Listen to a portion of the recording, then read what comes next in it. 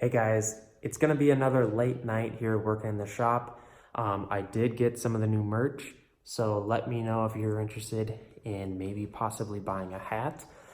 All right, so the shop, coming in here.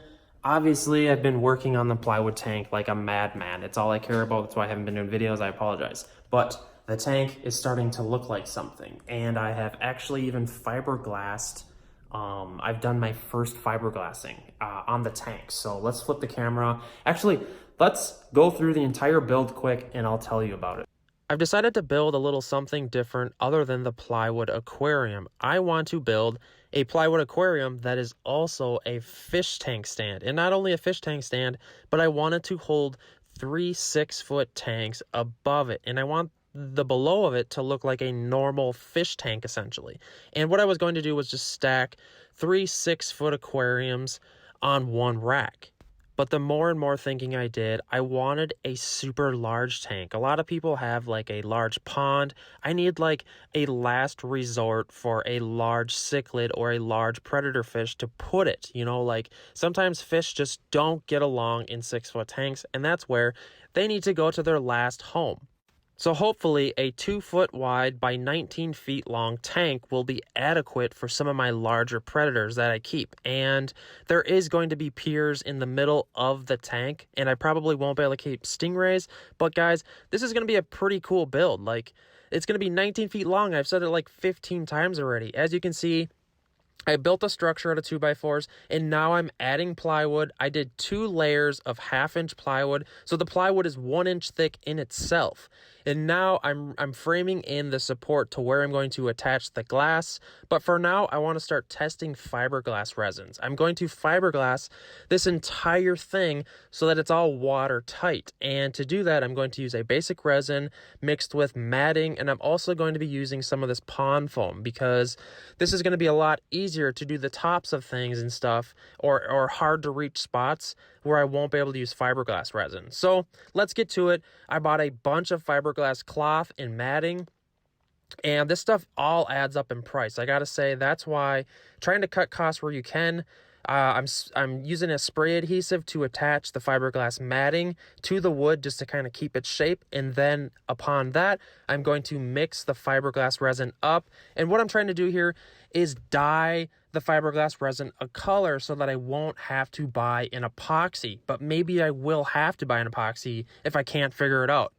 There's not a lot of information on the internet on how to dye fiberglass resin, and maybe that's because maybe people aren't thinking of it or you're not supposed to do it, but I'm pretty sure that if I can figure this out, I can save like $500 to maybe $900 on buying aquarium epoxy. I will also be publishing other more in-depth guides on how to fiberglass plywood aquariums if you're wondering, just because this is a super easy DIY. I feel like more people should be doing it. But guys, first, let's see how this turned out.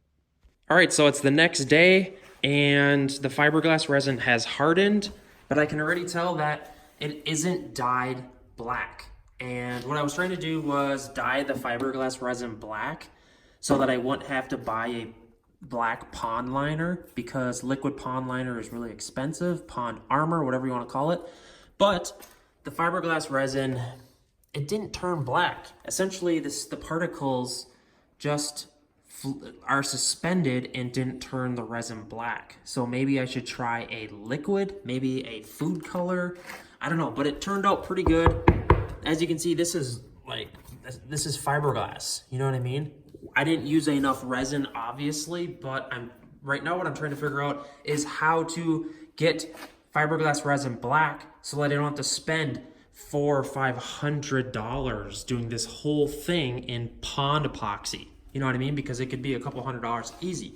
But if I'm doing this anyways, and I could just dye this black, then this stuff is fine for fish tanks. It's fish tank safe. So, this is going to be pretty cool though, guys, isn't it?